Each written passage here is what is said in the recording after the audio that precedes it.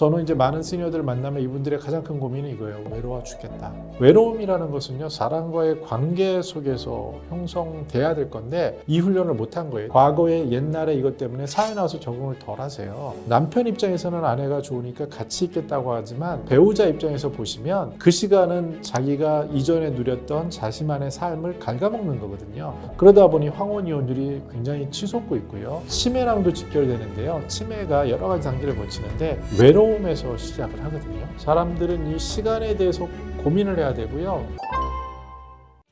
안녕하세요. 저는 시니어 라이프 비즈니스를 연구하는 최학희입니다. 9월 말에는 시니어 트렌드 2025가 나오는데 그 첫 번째로 와서 영광이고 지식의 맛에 조금이라도 도움이 되면 좋겠습니다. 이렇게 라이프 스타일을 얘기할 때 이제 세 가지 틀에서 말씀을 드려요. 일단은 건강, 그리고 이제 현금 흐름, 그리고 시간. 이 측면에서 5060의 현실을 좀 말씀을 드리면 건강 측면에서 보면은 아무래도 이제 몸에 노화를 느끼죠. 50견이라는 말도 있다시피 예전보다 체력도 떨어지고, 그때 더 중요한 것은 그분들이 모시는 부모님 세대에 대한 건강을 체감하는 건데요. 실제로 부양할 일도 많아지고요. 특히 이제 요새 치매 같은 거 걱정되잖아요. 정신 건강도 뭐 건강이 한 50%를 차지하는데, 이러한 건강에 대해서 자기가 당사자가 되면서 특히 부모님을 통해서 간접 경험을 하면서 민감도가 되게 높아져요. 이제 그런 부분이 하나가 있고요.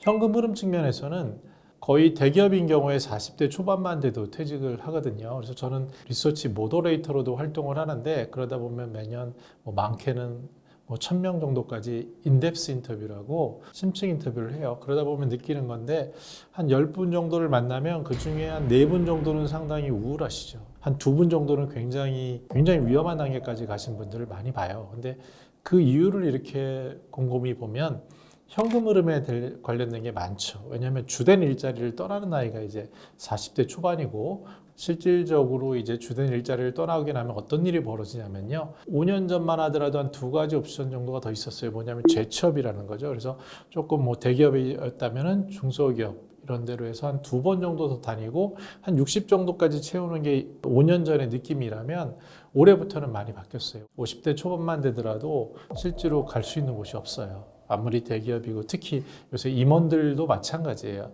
아주 극소수 몇 분을 빼고는 시장에서 그 수용하기가 쉽지 않은 상황이에요. 그러다 보니까 이력서를 1000장씩 냈다 이런 분들도 많고, 또 요새는 굉장히 많이 발전하니까 전에 한 번도 안 해보던 일을 하거든요. 그러니까 예를 들어서 쿠팡 이런 걸 하시는데, 해본 사람이나 절박한 분들은 가능한데, 많은 분들은 자기가 꼭 맞지도 않는 일인데 해야 된다라는 급박함 때문에 몰리는 경우가 많거든요. 가장 대표적인 게 이런 거예요. 예를 들어서 직장을 다니면은 매달 꼬박꼬박 월급이 나왔잖아요. 그러면 사람은 월급이라는 거에 이렇게 맞춰진 삶을 오랫동안 살았어요. 근데 이제 나오는 순간 비정규직, 그리고 프리랜서, 이게 이제 기본이거든요. 그런데 이 비정규직에서는 월급이라는 개념이 없죠. 또 외국에서는 잠깐 일하다가 쉬고 공부하고 다시 일을 하는 이런 거에 대한 문화나 습득이 돼 있는데, 아직은 우리가 과도기라서 그런 경험을 안 하고 몰리는데, 특히 이제 자녀들 사교육비도 엄청나거든요.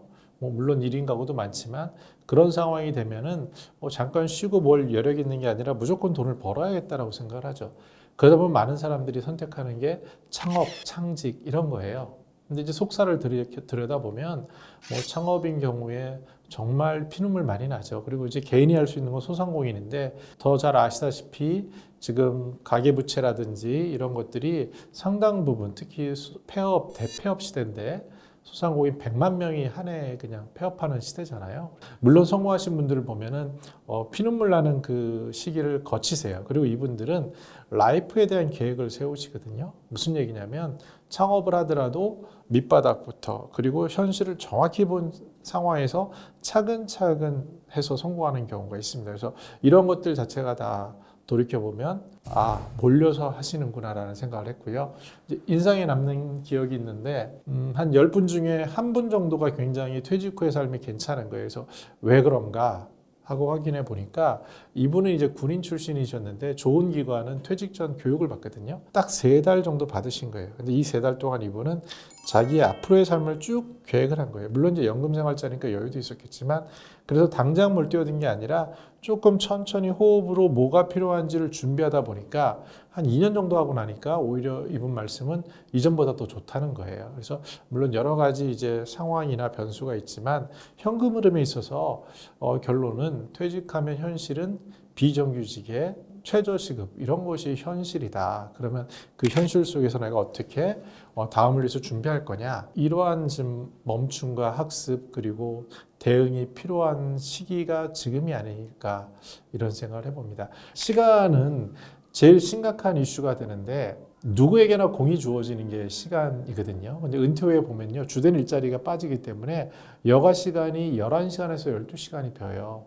그래서 강창희 소장이나 이런 유명하신 분들도 얘기하는데 그때 느끼는 은퇴 후에 남는 시간은 젊을 때 60년 이상을 뭐 대체한다라고 말하는 게 맞는 것 같아요. 저는 이제 많은 시니어들을 만나면 이분들의 가장 큰 고민은 이거예요. 외로워 죽겠다. 외로움이라는 것은요, 사람과의 관계 속에서 형성돼야 될 건데 이 훈련을 못한 거예요. 특히 주된 일자리에서 성공을 많이 하신 분일수록 과거에 옛날에 이것 때문에 사회 나와서 적응을 덜 하세요. 그게 가장 대표적인 게 전업주부로 가정에서 봉사하신 분들은요, 이미 지역 네트워크가 있어서 굉장히 행복한 시간을 보내거든요. 근데 퇴직하신 남편, 특히 삼식이라고 하신 분들이 들어와서 지금 많이 사라졌어요. 그분들이 들어와서 어떤 걸 침해하냐면 세끼를 차려드려야 되는 게 생기고 수발을 드는 거죠. 그리고 나서 또 남편 입장에서는 아내가 좋으니까 같이 있겠다고 하지만 배우자 입장에서 보시면 그 시간은 자기가 이전에 누렸던 자신만의 삶을 갉아먹는 거거든요. 그러다 보니 황혼이혼율이 굉장히 치솟고 있고요. 근원이 뭐냐면 결국 시간에 대한 대비가 불충분한 거죠. 그리고 이제 치매랑도 직결되는데요. 치매가 여러 가지 단계를 거치는데 외로움에서 시작을 하거든요. 거기서 우울증으로 가고요. 그래서 이거는 많은 학자들이나 연구된 결과인데 그래서 사람들은 이 시간에 대해서 고민을 해야 되고요. 특히 이제 소중한 것을 먼저 하려는 것, 그 소중한 건 아주 거창한 게 아니에요. 주로 뭐 밥을 맛있게 먹고 가족과 이야기를 나누고 동네 주민과 어울리고 이런 소소한 것들인데 여기에 대한 좀 패러다임 시프트 이런 게 필요한 것 같아요. 그래서 시간에 대해서는 저도 시니어 트렌드 2025에서 굉장히 중요하게 다루는데 이 부분에 대해서 옛날에 직장생인들은 시간 타임 매니지먼트가 굉장히 엄격했던 적이 있었거든요. 그런 것처럼 은퇴 후의 삶에 있어서 시간, 특히 75세 넘으면 할 수 있는 제한 조건이 많이 사라져요. 특히 일자리라는 측면에서는 거의 다 사라지거든요. 그랬을 때 그럼 그 남아도는 그 거대한 시간을 정말 사랑하는 사람, 편한 친구랑 어울리고 싶은데 건강이나 현금 이름이나 특히 자기 관계 자산 때문에 그런 걸 겪지 못하죠. 그래서 너무 서글픈 현실이고 또 현장에 있다 보면은 한 75세쯤 돼서 아주 우리가 이름만 대도 아는 대기업의 그 높은 고위직에 있던 분들이 자신의 돈과 건강한 삶을 가지고 70세까지는 그럭저럭 즐겁게 사시거든요. 근데 그 이유가 되면은 친구들도 없고 그렇기 때문에 친구 찾아서 노인 일자리에 오시는 분들도 늘어요. 아, 그래. 지금이라도 내가 친구를 찾고 시간을 의미 있게 보내야겠다라고 하시는 거지. 그렇지 못한 분들이 많거든요. 5060이 예전보다 굉장히 단기적으로 굉장히 많은 사람이 몰려오다 보니까 단기적으로 할 수 있는 선택의 폭이 더 줄어들었거든요. 전부 다. 그러다 보면 더 빨리 시니어 삶을 경험하게 되는데 이때 제대로 준비하면 오히려 더 큰 놀라운 새로운 기회가 생기는 시기입니다. 일본인 경우에는 90대가 인공지능 시대에 뭐 인공지능 앱을 만드시는 분도 계시고요. 또 80대가 이 아무것도 아닌 것 같은 종이 접기 이런 걸 가지고 창직을 하시는 분도 계시고요. 이 사회가 굉장히 많은 여러 가지 가능성이 있는 사회로 바뀌고 있거든요. 그래서 거기에 대해서 인식하고 이 어떻게 보면 굉장히 암울한 현실일 수 있지만 여기에 새로운 가능성이 있지 않나 그런 생각을 합니다. 근데 이 말은 꼭 드리고 싶은 게 있는데 지인 중에 작가님이 계신데 그분이 이런 표현을 해요. 아슬아슬한 삶. 그러니까 이제 5060의 현실은 딱 한마디로 하면 아슬아슬한 거예요. 그 이유가 뭐냐면 절벽 낭떠러져 있어요. 근데 그 가장 큰 이유는 돈이나 건강이나 뭐 이런 거라기보다는 아직 한 번도 걸어가지 않은 그 인생 이막 또는 노후의 삶에 대해서 자신이 돌아보고 자신이 자기다움의 전략을 세울 수 있는 그런 시간을 갖지 않는 게 가장 큰 것 같아요. 한 번이라도 잠깐 멈춰서 질문하고 생각하고 삶의 의미 이런 걸 생각하는 게 5060이 그래도 한번 점검해 봐야 되는 게 아닌가 생각을 합니다.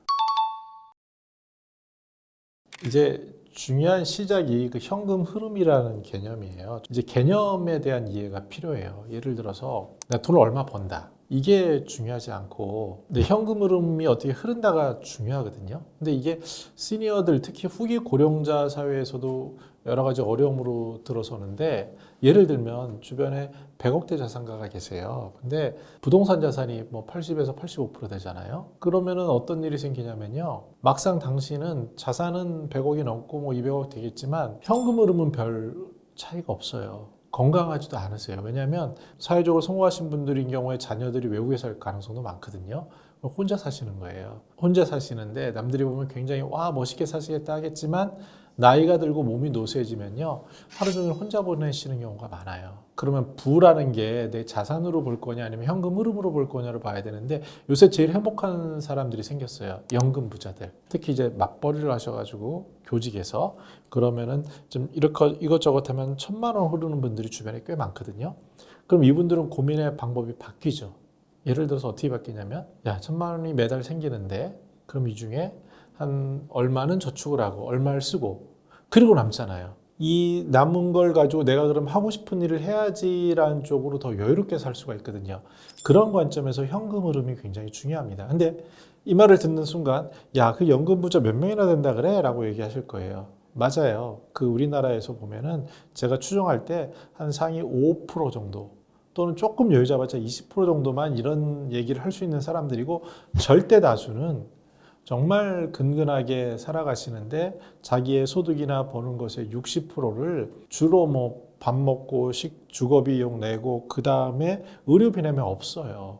그러다 보니 어르신들 얘기를 가만히 들어보면은 이번에 노인 일자리에서 27만 원을 받았다? 그러면은 이걸 가지고 하루 정도 날 잡아서 내 친한 친구들한테 한번 밥을 사야지 이런 계획을 세우시거든요. 굉장히 중요한 계획이에요. 그리고 손자녀에게 뭘 줘야지.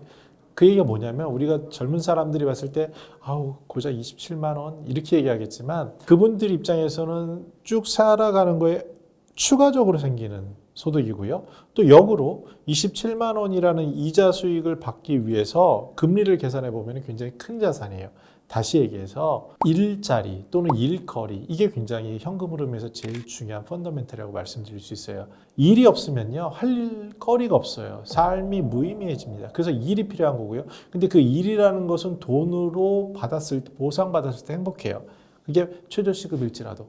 그래서 노인 일자리가 굉장히 각광을 받거든요. 근데 그 27만 원이 주는 효과가 뭐냐면 자 시간을 일에 쓸 수 있어요. 근데 이 시간은 일주일에 2-3번 정도예요. 2-3시간. 그 이상은 원하지 않아요. 나이가 들면. 저는 노인 일자리 상담을 해보면은 제일 행복하신 분들이 80대인데 건물 경비 반장님 하시는 분들 계세요. 아주 몸이 몸짱으로 보이시거든요. 그런 분들은 정말 삶에 활력이 있으세요. 그래서 그런 소소한 일들로 그게 이제 일거리가 되거나 또는 사회적인 도움이 되는 일이 되거나 그렇게 해서 작게 흐르게 하는 그런 현금 흐름 포트폴리오가 필요한 게 첫 번째라고 말씀드리고 그게 바로 일을 통해서다라는 걸 말씀드리고 싶고요. 두 번째로 중요한 건 절약이에요. 당연히 나이가 들면 쓸 데가 별로 없어요. 지금은 저 같은 경우도 이제 학자녀 교육비가 어마무시하게 들어가죠. 그리고 이제 퇴직 전에 많은 사람들이 여유가 되시는 분들은 집에 대한 부채 정리, 그러니까 right sizing이라 그래요. 최적화. 그러니까 이게 뭐 집을 줄이다 이런 느낌이 아니라 그 쓸데없는 물건을 버리는 것까지 그런 개념이 그 right sizing이라는 거거든요. 이제 이런 개념으로 그 큰 돈이 들어가는 주거에 대한 최적화가 되고 그 가장 큰 현상이 주택연금이죠. 주택연금 하면은 1-200만 원이 생기니까 추가적인 현금 흐름이에요. 그러면 요새 국민연금도 평균 한 90만 원 이렇게 60만 원 이렇게 되더라고요. 한 60만 원 그다음에 일자리 30만 원 그리고 거기다가 주택연금 뭐 이런 식으로 하면요. 아까 처음에 말씀드린 소비 5분위가 300만 원, 1분위가 100만 원 이렇게 쓴다 그랬잖아요. 생각보다 많이 쓰지 않거든요. 실제로 주변에서 시간을 쓰는데 그렇게 돈이 꼭 그렇게 많이 드는 것도 아니에요.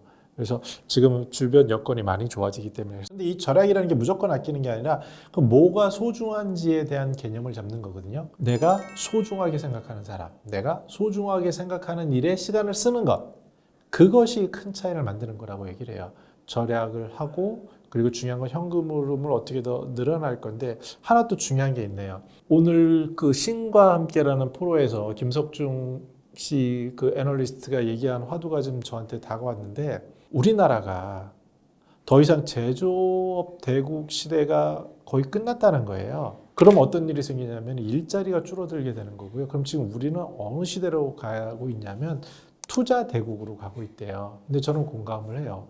이게 무슨 얘기냐면은 일본만 하더라도 와타나베 부인이나 뭐 금융이 많이 흐르잖아요. 우리나라도 지금 테스트적으로 뭐 외국에 투자하고 펀드하고 ETF하고 뭐 이런 얘기를 하는데요.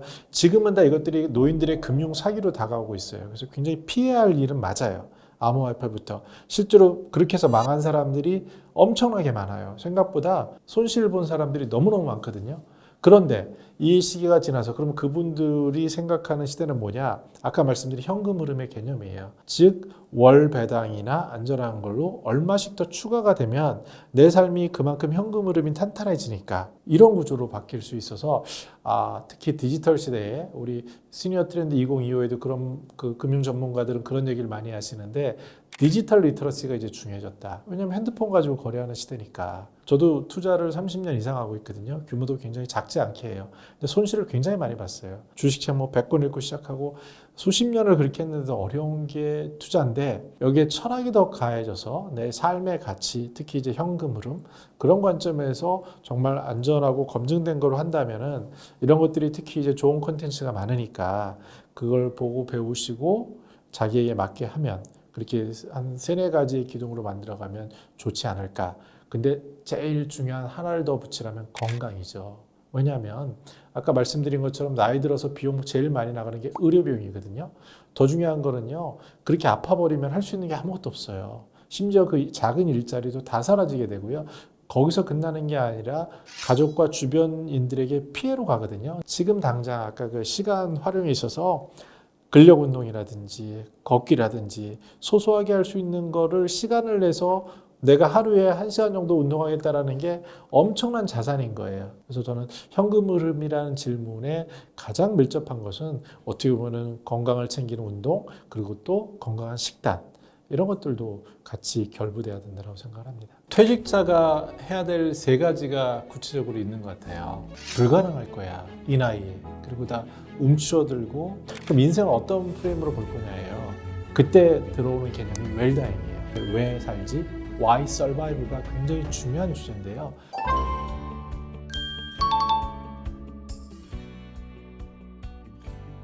퇴직자가 해야 될 3가지가 구체적으로 있는 것 같아요. 첫 번째는 뭐냐면은 건강 기록부를 작성하시잖아요. 그거를 이렇게 점검을 하면 좋겠어요. 앱들이 굉장히 좋은 게 많거든요. 그 앱을 통해서 자기를 체크할 수 있고 또는 같이 달리는 그런 것도 있고요. 성공하신 아주 행복한 시니어들을 보면 한 가지 루틴이 있더라고요. 아침에 일어나서 저도 이제 하려고 노력을 하는데 자기만의 운동 루틴을 만드는 것도 소중한 것 같아요.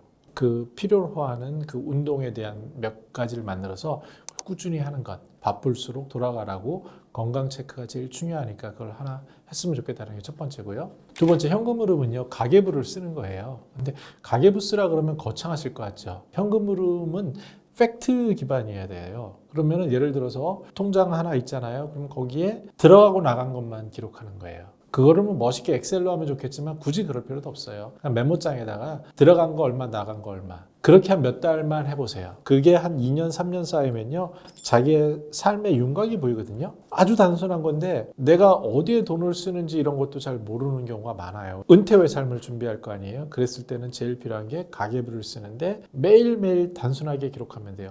세 번째는요 생활 시간표를 쓰는 거예요. 약간 이런 거예요. 사랑하는 가족과 눈 맞춤하기 이런 걸 수도 있고요. 멀리 떨어져 계신 부모님께 전화 한번 하기 이런 소소한 이벤트 이런 것들이 중요한 것 같아요. 근데 이런 것들을 만들려면은 자기의 하루의 생활 시간표를 한번 쭉 써보세요. 하루 24시간이라는 것을 어떻게 하는지를 쭉 모니터링 하면서 생각을 하다 보면 앞에서 말씀드린 월급쟁이가 가질 수 있는 한계 또는 인생에 길게 보는 것을 못 보는 놓치는 한계 또는 이 세상의 흐름 속에서 자기가 적응하지 못해서 생길 수 있는 한계 이런 것들을 극복하는데 중요한 단서가 되지 않을까 생각을 해봅니다. 저도 가계부를 쓴 지 한 4년 정도 됐어요. 저도 금융에 대해서 모르는 게 아니니까 어떻게 할까 하다가 시행착오가 많았는데 초반에는 계획 위주로 쓰잖아요. 올해 얼마 벌 거야. 근데 돌이켜보면 맞춰지는 게 하나도 없죠. 제가 말씀드리는 가계부는 그렇게 쓰는 게 아니라 데일리 베이스로, 그러면 한 달에 한 번, 주말이나 하루 날을 정해서, 요새는 카드 쓰니까 카드 영수증 있잖아요. 거기에 구분을 해보세요. 크게 봤을 때는 소득도 지금은 월급밖에 없겠지만 저 같은 경우는 소득이 굉장히 구분이 많아요. 그래서 하는 일이 컨설팅 소득, 그 다음에 교육 소득, 그 다음에 리서치 소득, 그 다음에 투자 소득, 이 각각마다 발라서 구분해 놓거든요. 그럼 저는 이렇게 들어올 수 있는 여지가 되는 게 한 20가지가 돼요. 그래서 소득의 구조를 보면서 아 그래 올해는 이쪽이 좀 중요해졌구나, 그럼 다음에 이쪽으로 갈 수 있겠구나 하면은 정말 그런 것 같아요. 그리고 이제 이게 힘을 발휘하려면요 한 2년 3년 쌓여야 돼요. 그러다가 한 4년 5년 되면요 흐름이 쭉 보이거든요. 그럼 어떤 생각이 드냐면 아 이렇게 해도 죽지는 않겠구나. 특히 지금처럼 초고령 사회다, 그 다음에 양극화다, 그리고 인공지능 시대다, 이렇게 헷갈릴 때일수록 전략이 필요한 것 같아요. 한 번 정도는 머물러서 내가 이게 지속 가능한가, 그리고 내 방향이 맞는가, 이런 질문들을 하는 게 중요하죠.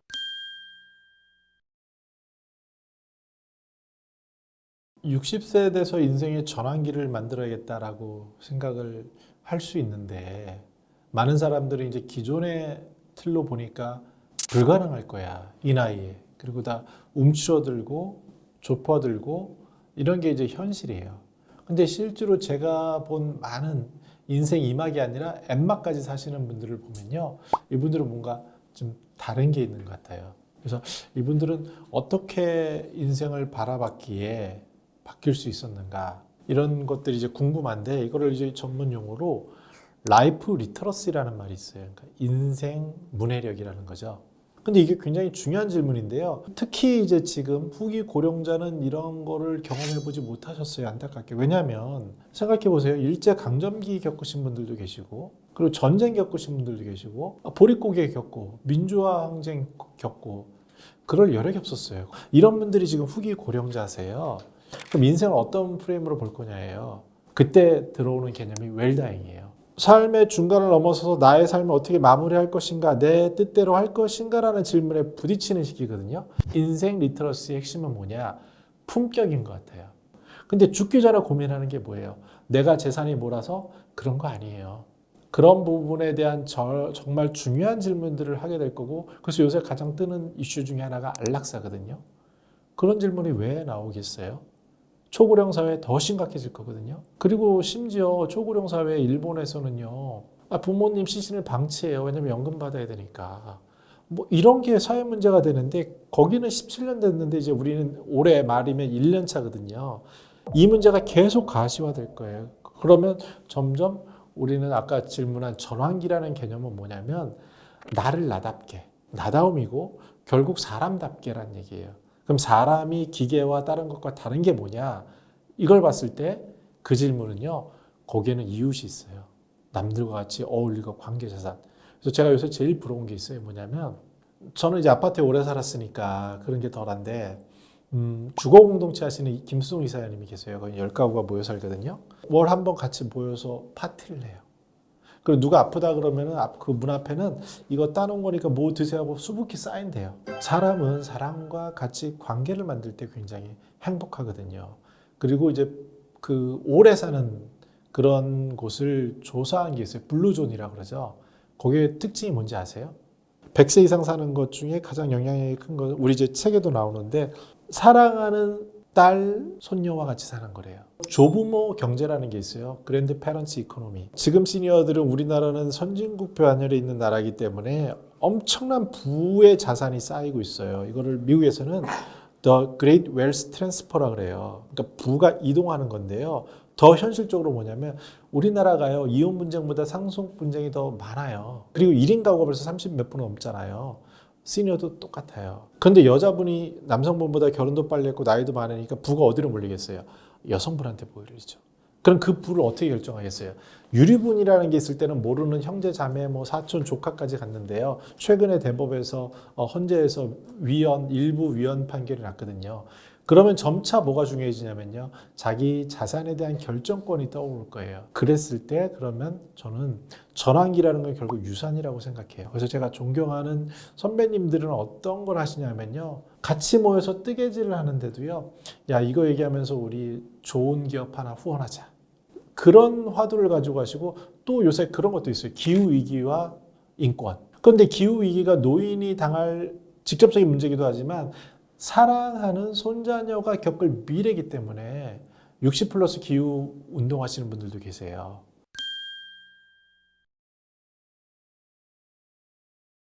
요새 저는 이제 의사, 변호사 선생님들하고도 자주 만나는데 그분들 중에서도 다 돈만 바라고 이런 분들이 그런 분만 있지는 않을 거 아니에요.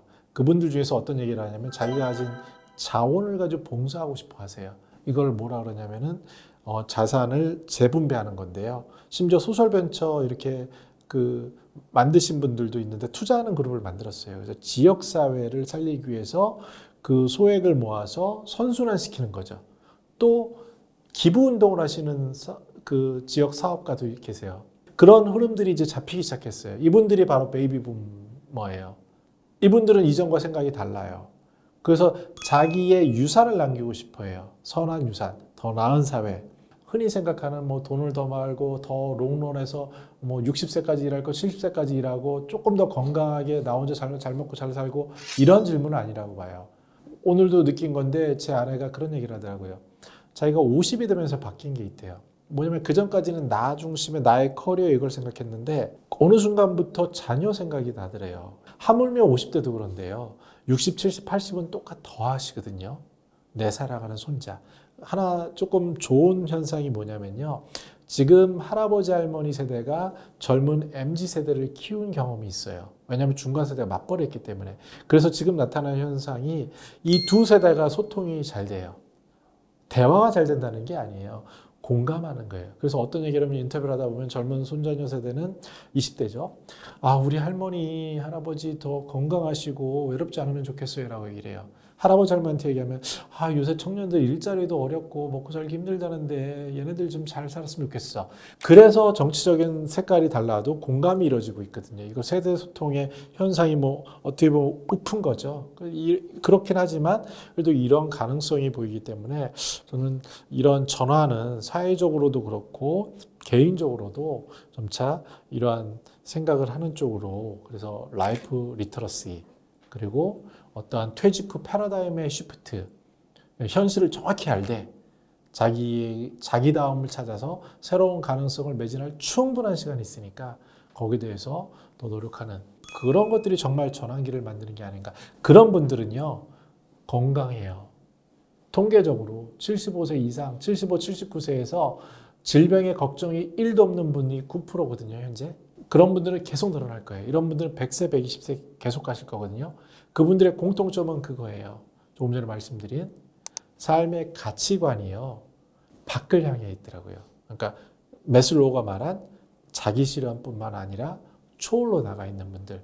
그런 분들은요. 나이를 거꾸로 두세요. 그리고 그런 분들은요. 소통이 되니까 지금도 젊은 사람하고 얘기할 수 있어요.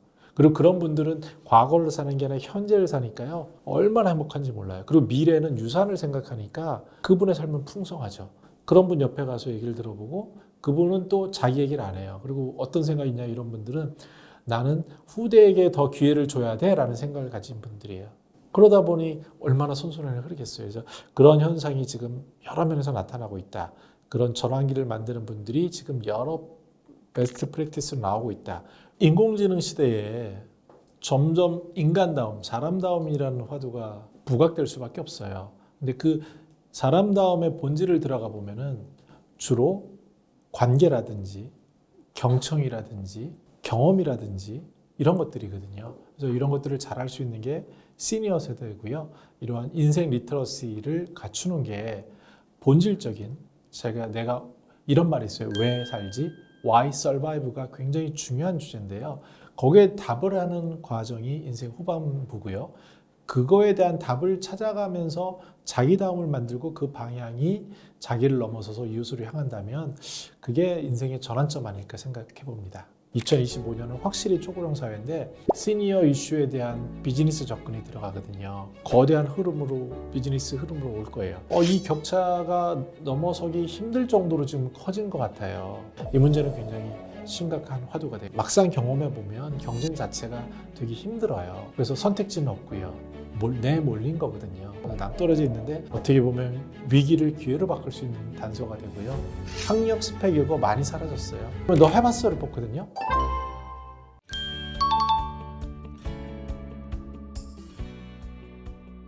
시니어 트렌드 2024가 이제 작년에 나왔고요. 거기서는 이제 크게 세 가지를 화두로 삼았었어요. 뭐냐면은 첫 번째가 일상생활에서 들려오는 소리가 부모님 치매가 걱정돼요. 그리고 두 번째는 퇴직해 봤더니 비정규직에 그 집 한 채 딸랑 있는 게 현실이에요. 그리고 세 번째는 이 남아도는 시간 어떻게 해요? 라는 이런 걸 가지고요. 코엑스에서 레아 홈케어를 가지고 한 20분의 기고자들을 중심으로 또 세미나도 하고 시니어 TV에서 방송도 하고 이랬거든요. 근데 이제 올해 그럼 2025 실은 초고령 사회가 빠르면 올해 연말 아마 도래가 됐을 거예요. 그래서 2025년은 확실히 초고령 사회인데 물론 지방은 이미 초고령 사회를 겪고 있고요. 근데 이제 이랬을 때 변화가 생겨요. 그 변화는 뭐냐면 국가나 공공기관에서 이제는 가만히 있을 수 없는 객관적인 지표가 되거든요.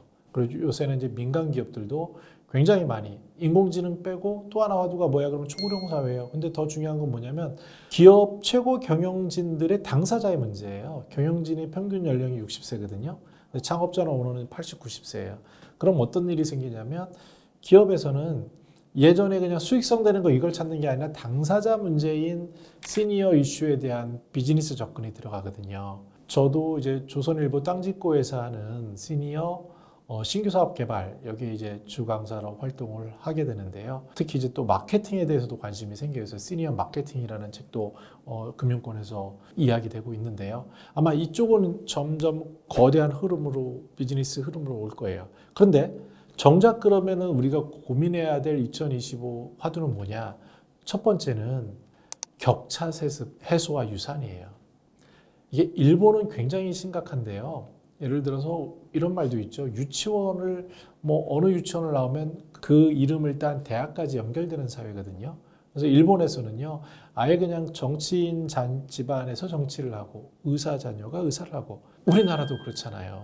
왜냐하면 사교육비가 엄청나기 때문에 이 격차가 넘어서기 힘들 정도로 지금 커진 것 같아요. 특히 세대 격차거든요. 이걸 격차 세습이라 그래요. 이게 세습이 되는데 이 문제는 굉장히 심각한 화두가 돼요. 근데 가능성 있는 부분이 시니어들의 생각의 바꿈이에요. 유산, 특히 1인 가구들. 요새 기사에 보면은 어느 할머니가 어디에 기부를 하셔서 장학재단을 만드시고 뭘 하세요. 이런 기사가 많잖아요. 그 떡볶이를 열심히 해서 그 피땀 흘리는 그 소중한 돈을 가지고 기부를 하셨어요. 이런 기사 많거든요. 그런 소중한 돈들이 마중물이 돼서 사회를 바꿀 수가 있거든요. 그래서 그 격차 때문에 피해를 받았던 젊은 분들에게 그거를 극복할 수 있는 마중물이 되고 또 이 격차가 실은 소상공인의 지금 어려움도 거기에 기반하거든요. 막상 경험해 보면 경쟁 자체가 되게 힘들어요. 그래서 선택지는 없고요. 내몰린 거거든요. 낭떠러져 있는데 그런 분들을 위한 마중물로 쓰일 수 있는 선순환이 되는 게 바로 격차 세습 해소거든요. 그리고 아까 말씀드린 유산이라는 것. 그 나의 유산이 꼭 돈으로 결정되진 않아요. 그래서 내가 조그만 봉사를 하는 것. 그리고 이번에 가수 션이 81.5kg를 뗐더라고요. 그 영향력이 얼마나 막대합니까? 그래서 자기가 영향력을 발휘할 수 있는 건 많기 때문에 특히 시니어들도 앞으로 그런 걸 찾아갈 거고요. 그렇게 사회가 좋은 담론, 좋은 화두를 가지고 만들어가는 게 첫 번째 이제 큰 변화를 만들어야 되는 어떻게 보면 위기를 기회로 바꿀 수 있는 단서가 되고요. 두 번째는 창조와 혁신이에요. 인공지능 시대에 창조자로서 창조의 역할을 할 수 있는 게 시니어거든요. 왜냐하면 상대적으로 시간 자원이 돼요. 그리고 두 번째는 연륜, 경륜이라는 게 있어요. 경험치가 플러스로 작동할 수 있거든요. 그럼 필요한 건 뭐냐면요. 혁신을 받아들이는 자세예요. 저도 많은 사업가들을 만나 인터뷰를 해보면 왜 시니어들을 고용하지 않습니까? 라고 하면요. 딱 하나로 귀결이 돼요. 속마음은.